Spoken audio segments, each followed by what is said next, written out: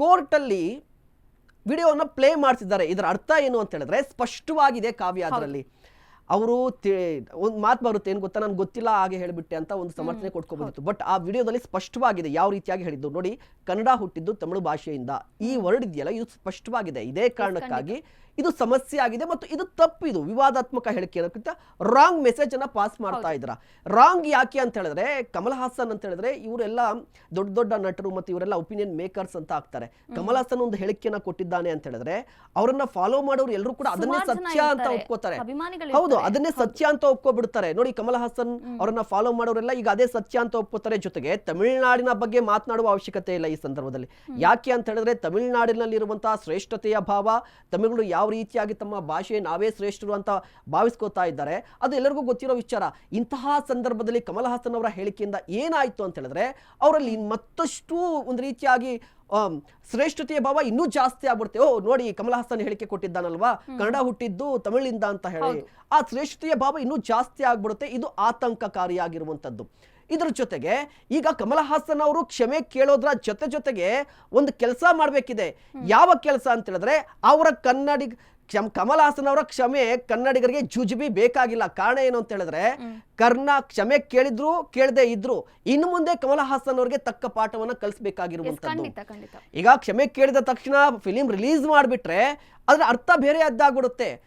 ಈಗಾಗಲೇ ಗಾಯ ಆಗಿದೆ, ಗಾಯ ವಾಸಿ ಆಗಿದ್ರು ಕೂಡ ಗಾಯದ ಮಾರ್ಕ್ ಇರುತ್ತಲ್ವಾ, ಅದು ಸಾಯೋವರೆಗೂ ಕೂಡ ಇರುತ್ತೆ ಕಾವ್ಯ. ಈ ಮಾರ್ಕ್ ಯಾರು ಈಗ ವಾಸಿ ಮಾಡ್ಲಿಕ್ಕೆ ಸಾಧ್ಯನೇ ಇಲ್ಲ. ಗಾಯ ವಾಸಿ ಆಗ್ಬೋದು, ನೋವು ನಮಗೆ ಕಡಿಮೆ ಆಗ್ಬೋದು, ಬಟ್ ಆ ಮಾರ್ಕ್ ಇರುತ್ತಲ್ವಾ, ಗಾಯದ ಮಾರ್ಕ್, ಅದು ಹೋಗೋದಿಲ್ಲ. ಹೀಗಾಗಿ ಕಮಲ್ ಹಾಸನ್ ಅವರಿಗೆ ಒಂದು ದೊಡ್ಡ ಪಾಠವನ್ನ ಕಲಿಸಬೇಕಾಗಿದೆ. ಇದೇ ಸಂದರ್ಭದಲ್ಲಿ ತಮಿಳು ಭಾಷೆಯನ್ನ ಪ್ರೀತಿಸುವಂತ ತಮಿಳುನಾಡಿನಲ್ಲಿ ಒಂದು ದೊಡ್ಡ ಸಮುದಾಯ ಇದೆ. ಏನು ಅಂತ ಹೇಳಿದ್ರೆ ಕಮಲ್ ಹಾಸನ್ ಅವರು ತಮ್ಮ ಹೇಳಿಕೆಯನ್ನೇ ಕೊಡ್ತಾ ಇದ್ದಂಥ ಸಂದರ್ಭದಲ್ಲಿ ನಾನು ಸಾಕಷ್ಟು ಓದ್ಕೊಂಡಿದ್ದೀನಿ, ಇತಿಹಾಸಕಾರರು ಕೂಡ ನನಗೆ ತಿಳಿಸಿದ್ದಾರೆ ತಮಿಳು ಭಾಷೆಯಿಂದ ಕನ್ನಡ ಹುಟ್ಟಿದೆ ಅಂತ ಹೇಳಿ. ಅದರ ಅರ್ಥ ಎಲ್ಲೋ ಒಂದು ಕಡೆ ತಮಿಳುನಾಡಲ್ಲಿ ಇದರ ಬಗ್ಗೆ ಏನಾದರೂ ಪಠ್ಯದಲ್ಲಿ ಇದೆಯಾ ಅಂದ್ರೆ ಕನ್ನಡ ಹುಟ್ಟಿದ್ದು ತಮಿಳಿಂದ ಅನ್ನುವ ಪಠ್ಯದಲ್ಲೇ ಇದೆಯಾ ಅನ್ನೋ ಒಂದು ಸಂಶಯ ಕೂಡ ಇದೆ. ಹೀಗಾಗಿ ಅದ್ರ ಬಗ್ಗೆ ಸ್ಪಷ್ಟೀಕರಣ ಕೊಡಬೇಕಾಗಿರುವಂತದ್ದು. ಒಂದು ಪಾಸಿಟಿವ್ ಆಗಿ ನೋಡ್ತಾ ಇರಬಹುದು. ಮಾಹಿತಿಯನ್ನ ನೀಡ್ತಾ ಹೋಗ್ತಾರೆ ನಮ್ಮ ಪ್ರತಿನಿಧಿ ಫಿಲ್ಮ್ ಬ್ಯೂರೋ ಹೆಡ್ ರವಿಕುಮಾರ್ ಸರ್ವಿ ಅವರು. ರವಿಕುಮಾರ್ ಸರ್ವಿ ಅವರೇ, ಇನ್ನ ಫಿಲ್ಮ್ ಚೇಂಬರ್ ನಲ್ಲಿ ಏನೆಲ್ಲ ಒಂದು ಮಹತ್ವದ ಚರ್ಚೆ ಆಗಿರುವಂತದ್ದು, ಇನ್ನ ಈ ಫಿಲ್ಮ್ ಅನ್ನ ಬ್ಯಾನ್ ಮಾಡಬೇಕು ಅಂತ ಇದ್ದಾರಾ ಅಥವಾ ಇನ್ನೂ ಒಂದು ಏನು ಯೋಚನೆ ಮಾಡ್ತಾ ಇದ್ದಾರೆ? ಕಾವ್ಯ, ನೋಡ್ತಾ ಇದ್ರೆ ನಾವು ನಿನ್ನೆಂದು ಕೂಡ ಸಾಕಷ್ಟು ರೀತಿಯಾದಂತಹ ಕಮಲ್ ಹಾಸನ್ ವಿಚಾರವಾಗಿ ಮತ್ತು ತಗ್ ಲೈಫ್ ವಿಚಾರವಾಗಿ ಸಾಕಷ್ಟು ಚರ್ಚೆಗಳು ನಡೀತಾ ಇರುವಂಥದ್ದು. ಹಾಗೂ ನಮ್ಮ ಕರ್ನಾಟಕ ಚಲನಚಿತ್ರ ವಾಣಿಜ್ಯ ಮಂಡಳಿಯ ಒಂದು ವಿಚಾರ ಏನಪ್ಪ ಅಂತಂದರೆ ನಿನ್ನೆ ಕೂಡ ಸರ್ಕಾರ ಅಂದರೆ ಸಿದ್ದರಾಮಯ್ಯ ಅವರಿಗೆ CM ಅವರಿಗೆ ಭೇಟಿ ಮಾಡಿ ಪದಾಧಿಕಾರಿಗಳು ಭೇಟಿಯಾಗಿದ್ದರು. ಅದಾದ ನಂತರದಲ್ಲಿ ತಗ್ ಲೈಫ್ ಸಿನಿಮಾವನ್ನು ರಿಲೀಸ್ ಮಾಡುವಂತಹ ವಿಚಾರ ಯಾವುದೂ ಕೂಡ ಕರ್ನಾಟಕದಲ್ಲಿ ಇಲ್ಲ, ಸೊ ಮಾಡೋದಿಲ್ಲ ಅನ್ನುವಂಥ ವಿಚಾರ ಕೂಡ ನಿನ್ನೆ ಕೇಳಿ ಬಂದಿತ್ತು. ಅದಾದ ನಂತರ ಎಲ್ಲೋ ಒಂದು ಕಡೆ ವಾಣಿಜ್ಯ ಮಂಡಳಿ ಕೂಡ ಒಂದು ಕಠಿಣವಾದಂಥ ಒಂದು ನಿರ್ಧಾರವನ್ನು ತಗೊಂಡಿದ್ದಾರೆ. ಯಾವುದೇ ರೀತಿಯಾಗಿ ನಾವು ಕರ್ನಾಟಕದಲ್ಲಿ ಸಿನಿಮಾವನ್ನು ರಿಲೀಸ್ ಮಾಡಬಾರ್ದು, ಆಮೇಲೆ ವಿತರಕರಾಗಿರ್ಬೋದು, ಪ್ರದರ್ಶಕರಾಗಿರ್ಬೋದು ಎಲ್ಲ ನಮ್ಮೊಟ್ಟಿಗಿದ್ದಾರೆ. ಯಾವುದೇ ರೀತಿಯಾಗಿ ಒಟ್ಟಿನಲ್ಲಿ ಸಿನಿಮಾವನ್ನು ರಿಲೀಸ್ ಮಾಡಬಾರ್ದು. ಯಾಕಂದರೆ ಒಂದು ಕ್ಷಮೆ ಅಂತ ಈ ಕನ್ನಡ ಅಂತ ಬಂದಾಗ ಎಲ್ಲವೂ ಕೂಡ ಒಂದೇ. ಸೊ ಕನ್ನಡದ ವಿಚಾರ ಅಂತ ಬಂದಾಗ ನಮ್ಮ ಕನ್ನಡಕ್ಕೆ ಅವಮಾನ ಆಗಿರುವಂಥದ್ದು, ಸೊ ಆ ವಿಚಾರವಾಗಿ ಕ್ಷಮೆ ಕೇಳಬೇಕಾಗುತ್ತೆ ಕಮಲ್ ಹಾಸನ್ ಅವರು. ಬಟ್ ಎಲ್ಲ ಒಂದು ಕಡೆ ಕರ್ನಾಟಕ ಚಲನಚಿತ್ರ ವಾಣಿಜ್ಯ ಮಂಡಳಿಗೆ ಒಂದು ಪತ್ರವನ್ನು ಬರೆದಿರೋದನ್ನು ನಾವು ನೋಡ್ತಾ ಇದ್ದೀವಿ. ಬಟ್ ಎಲ್ಲ ಒಂದು ಕಡೆ ಆ ಒಂದು ಪತ್ರದಲ್ಲಿ ನೋಡುವಂಥದ್ದು ಎಲ್ಲ ಒಂದು ಕಡೆ ಕ್ಷಮೆ ಅನ್ನುವಂಥ ಒಂದು ಪದ ಇಲ್ಲ ಅಂತ ಹೇಳ್ಬೋದು. ಯಾಕಂದರೆ ಇವತ್ತಿನ ನಾವು ಕೋರ್ಟ್ ಒಂದು ಅರ್ಜಿಯನ್ನು ಸಲ್ಲಿಸಿದ್ರು ಕಮಲ್ ಹಾಸನ್ ಅವರು. ಕರ್ನಾಟಕದಲ್ಲಿ ಸಿನಿಮಾ ರಿಲೀಸ್ ಆಗಬೇಕು, ನಮಗೆ ಭದ್ರತೆ ಸಿಗಬೇಕು ಮತ್ತು ಥಿಯೇಟರ್ಗಳಲ್ಲಿ ಪ್ರದರ್ಶಕರಾಗಿರ್ಬೋದು, ವಿತರಕರಾಗಿರ್ಬೋದು ಸಂಪೂರ್ಣವಾದಂತಹ ಒಂದು ಪ್ರೊಡಕ್ಷನ್ ಸಿಗಬೇಕು ಅನ್ನೋ ಒಂದು ನಿಟ್ಟಿನಲ್ಲಿ ಕೂಡ ಒಂದು ಅರ್ಜಿಯನ್ನು ಸಲ್ಲಿಸಿದ್ರು. ಬಟ್ ಇವತ್ತು ನಾಗಪ್ರಸನ್ನ ಅವರ ಒಂದು ಪೀಠದಲ್ಲಿ ಒಂದು ಅರ್ಜಿಯನ್ನು ವಿಚಾರಣೆ ನಡೀತಾ ಇರುವಂಥದ್ದನ್ನು ನಾವು ನೋಡ್ತಾ ಇದ್ದೀವಿ. ಜೊತೆಗೆ ಇಲ್ಲೊಂದು ಮುಖ್ಯವಾಗಿ ಇಲ್ಲಿ ಗಮನದಲ್ಲಿ ನಾವು ಇಟ್ಕೊಳ್ಬೇಕಾದ್ರೆ ಎಲ್ಲೋ ಒಂದು ಕಡೆ ನಾಗಪ್ರಸನ್ನ ಅವರು ಕೂಡ ಹೇಳ್ತಾ ಇದ್ರು, ನ್ಯಾಯಮೂರ್ತಿಗಳು ಕೂಡ ಒಂದು ಹೇಳುವಂತಹ ವಿಚಾರ ಅಂತಂದರೆ ಎಲ್ಲೋ ಒಂದು ಕಡೆ ಈ ಒಂದು ವಿಚಾರ, ಯಾಕಂದರೆ ವಾಕ್ ಸ್ವಾತಂತ್ರ್ಯ ಇದೆ ಅಂತ ತಕ್ಷಣ ಎಲ್ಲವನ್ನ ಮಾತಾಡೋಕ್ಕಾಗಲ್ಲ. ಯಾವುದೇ ಒಂದು ಮಾತನ್ನು ಆಡಬೇಕಾದ್ರೆ, ಯಾಕಂದರೆ ಒಂದು ಆಡಿಯೋ ಫಂಕ್ಷನ್ ಕೂಡ ಯಾಕಂದರೆ ಎಲ್ಲ ಸಮ್ಮುಖದಲ್ಲಿದ್ದಂತಹ ಒಂದು ಸಂದರ್ಭದಲ್ಲಿ ಈ ಒಂದು ವಿಚಾರವನ್ನು ಪ್ರಸ್ತಾಪಪಡಿಸಿರುವಂಥದ್ದು ತುಂಬ ಒಂದು ಅಂದರೆ ಆ ಒಂದು ನಿಟ್ಟಿನಲ್ಲಿ ನೋಡುವಂಥದ್ದಾದ್ರೆ ತಪ್ಪು ಅಂತಾನೆ ಹೇಳ್ಬೋದು. ಬಟ್ ಅವರು ಕೂಡ ರವಿ ನೋಡಿ, ಈಗ ಕೋರ್ಟ್ ಈಗಾಗಲೇ ಚೀಮಾರಿ ಹಾಕಿದೆ, ಕ್ಲಾಸ್ ಅನ್ನ ತೆಗೆದುಕೊಂಡಿದೆ, ಕ್ಷಮೆ ಕೇಳಬೇಕಂತ ಹೇಳಿದೆ. ಇಫ್ ಇನ್ ಕೇಸ್ ನೋಡಿ, ಈಗ ಸಾಮಾನ್ಯವಾಗಿ ಸಿನಿಮಾ ಮಂದಿ ಅಂತ ಹೇಳಿದ್ರೆ ಈಗ ಒಂದು ರೀತಿಯಾಗಿ ಹೈಪನ್ನು ಕ್ರಿಯೇಟ್ ಮಾಡುವ ನಿಟ್ಟಿನಲ್ಲಿ ಪ್ರಚಾರದ ಗೀಳು ಅಂತ ಕೂಡ ಇರುತ್ತೆ. ಒಂದು ರೀತಿ ವಿವಾದವನ್ನು ಸೃಷ್ಟಿ ಮಾಡಿ ಆ ಸಿನಿಮಾಗೆ ಒಂದಿಷ್ಟು ಹೆಲ್ಪ್ ಮಾಡ್ಕೋಬಹುದು ಅನ್ನುವ ಒಂದು ಇಷ್ಟು ಕಾರ್ಯ ಕೂಡ ನಡೀತಾ ಇರುತ್ತೆ, ನಮ್ಗೆ ಗಮನಿಸಬಹುದು. ಈ ಹಿಂದೆ ಕಮಲ್ ಹಾಸನ್ ಅವರು ಸಾಕಷ್ಟು ಬಾರಿ ಈ ರೀತಿ ಮಾಡಿದ್ದಾರೆ. ವಿಶ್ವರೂಪಂ ಸಂದರ್ಭದಲ್ಲಿ ಮಾಡಿದಂಥ ವಿವಾದ ಆಗಿರ್ಬೋದು, ಹೇ ರಾಮ್ ಸಂದರ್ಭದಲ್ಲಿ ಮಾಡಿದಂಥ ವಿವಾದ, ಅಂದರೆ ಇದು ರೀತಿಯಾಗಿ ಪ್ರಚಾರದ ಗಿಮಿಕ್ ಕೂಡ ಆಗಿರ್ಬೋದು. ಈಗ ಆಯಿತು, ನಾಳೆ ಬೆಳಗ್ಗೆ ಫಿಲಿಂ ರಿಲೀಸ್ ಆದಂಥ ಸಂದರ್ಭದಲ್ಲಿ ಇವತ್ತು ಬಂದು ಕ್ಷಮೆ ಕೇಳ್ತಾರೆ. ಕ್ಷಮೆ ಏನಕ್ಕೆ ಕೇಳ್ತಾರೆ ಅಂತ ಹೇಳಿದ್ರೆ ವ್ಯಾಪಾರಕ್ಕೋಸ್ಕರ. ಈಗ ಅವರು ಕ್ಷಮೆಯನ್ನು ಕೇಳಿದ್ರು ಕೂಡ ವಾಣಿಜ್ಯ ಮಂಡಳಿ, ಕರ್ನಾಟಕ ವಾಣಿಜ್ಯ ಮಂಡಳಿಯ ಸ್ಟ್ಯಾಂಡ್ ಏನಾಗಿರಬೇಕು ಅನ್ನೋದು ಇಂಪಾರ್ಟೆಂಟ್ ಆಗುತ್ತೆ.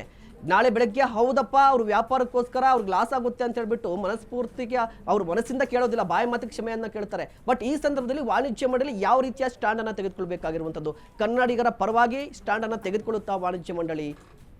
ಇಲ್ಲ, ಖಂಡಿತವಾಗ್ಲೂ ಮಹೇಶ್, ಯಾಕಂತಂದರೆ ಯಾರೊಬ್ಬ ನಟ ಆಗಿರ್ಬೋದು ಹಿಂದೆ ಇದೇ ರೀತಿ ನೋಡ್ತು ಅಂತಂದರೆ ಕಾಲ ಸಿನಿಮಾ ಸಂದರ್ಭದಲ್ಲೂ ಕೂಡ ಇದೇ ರೀತಿಯಾಗಿ ಕೆಲವೊಂದಿಷ್ಟು ಘಟನೆಗಳು ನಡೆದಿದ್ವು.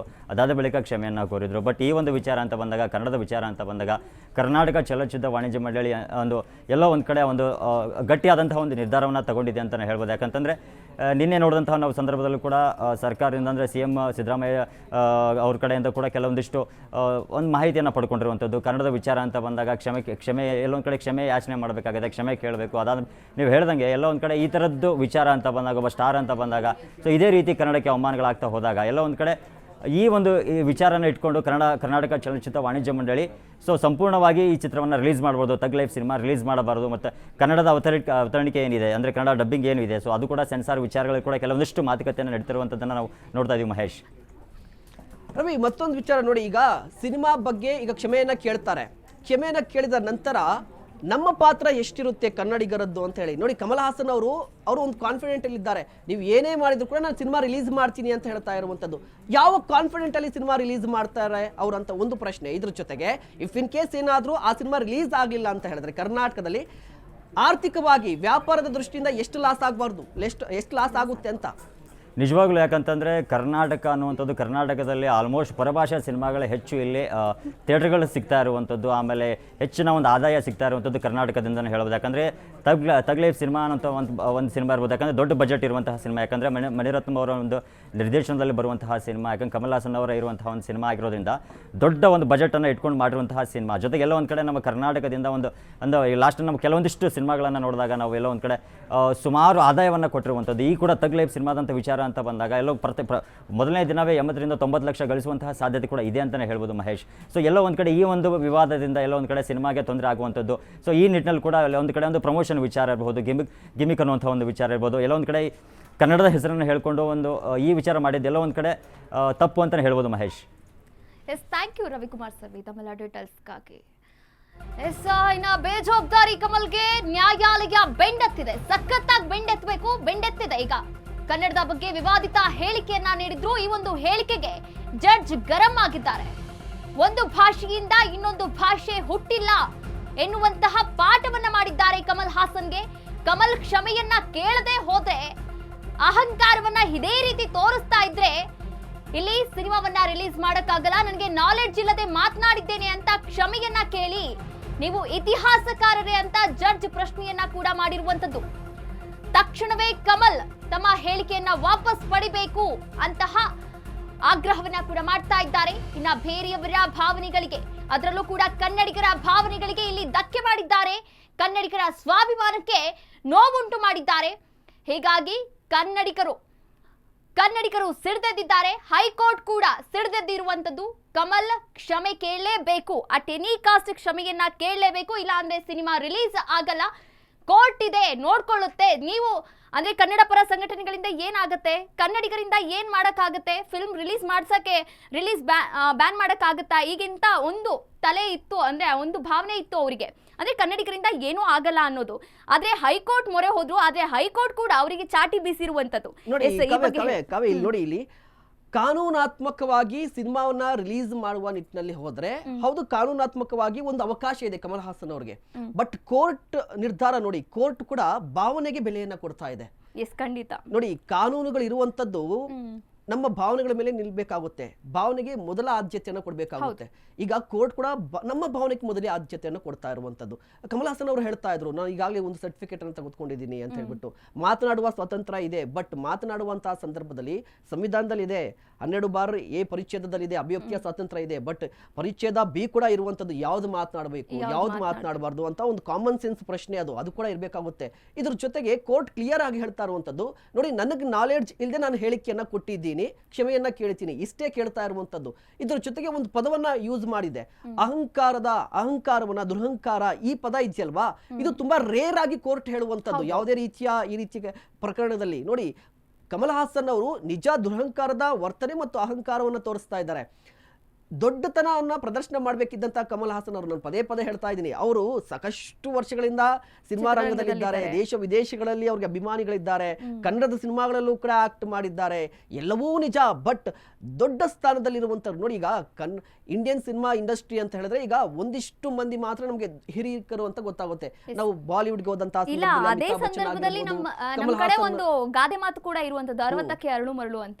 ಅರಳು ಮರಳು ಆಗಿರಬಹುದು. ಅರಳು ಮರಳು ಈಗ ಅಮಿತಾಬ್ ಬಚ್ಚನ್ ಅವರ ನೋಡಿ, ಚಿರಂಜೀವಿ ಆಗಿರ್ಬೋದು, ರಜನಿಕಾಂತ್ ಆಗಿರ್ಬೋದು, ಅದೇ ರೀತಿಯಾಗಿ ಕಮಲ್ ಹಾಸನ್, ಈ 4 ಮಂದಿಯನ್ನ ಗಮನಿಸಿದಂತಹ ಸಂದರ್ಭದಲ್ಲಿ ಒಂದು ದೊಡ್ಡ ಹೆಸರಿದೆ. ಬಟ್ ಈ 4 ಮಂದಿಯ ಪೈಕಿ ಕಮಲ್ ಹಾಸನ್ ಅವರು ಪದೇ ಪದೇ ವಿವಾದವನ್ನು ಮಾಡ್ಕೋತಾರೆ. ಯಾವ ಕಾರಣಕ್ಕೆ ಅಂತ ಹೇಳಿದ್ರೆ ಅತಿ ಬುದ್ಧಿವಂತಿಕೆಯನ್ನ ತೋರಿಸ್ತಾರೆ ಅಂತ ಹೇಳಿರುವಂತದ್ದು. ಇದ್ರ ಜೊತೆಗೆ ಕೋರ್ಟ್ ಕರೆಕ್ಟ್ ಆಗಿನೇ ಕ್ಲಾಸ್ ತೆಗೆದುಕೊಂಡಿದೆ. ಈಗ ಕೋರ್ಟ್, ಕರ್ನಾಟಕ ಹೈಕೋರ್ಟ್ ಏನ್ ಮಾಡಿದೆ, ಕನ್ನಡಿಗರ ಪರವಾಗಿ ಮಾತನಾಡ್ತಾ ಇರುವಂತದ್ದು. ಇದು ಆಗ್ಲೇಬೇಕಾದಂತ ಕೆಲಸ ಆಗ್ಬೇಕಿದೆ. ಈಗ ನೋಡಿ, ಈಗ ನಾಳೆ ಬೆಳಗ್ಗೆ ಈಗ ಕೋರ್ಟ್ ಹೇಳಿದೆ, ಹೌದು ಕೋರ್ಟ್ ಹೇಳಿದೆ ಅಂತ ಹೇಳ್ಬಿಟ್ಟು ಕ್ಷಮೆಯನ್ನ ಕೇಳಿದ್ರು ಕೂಡ ನಾವು ಕನ್ನಡಿಗರಾಗಿ ಸಿನಿಮಾವನ್ನ ನಾವು ಬಹಿಷ್ಕಾರ ಮಾಡ್ಬೇಕಿರುವಂತದ್ದು. ಅಸಹಕಾರ ಚಳುವಳಿ ಇವತ್ತಿಂದ ಶುರು ಮಾಡ್ಬೇಕಾಗುತ್ತೆ.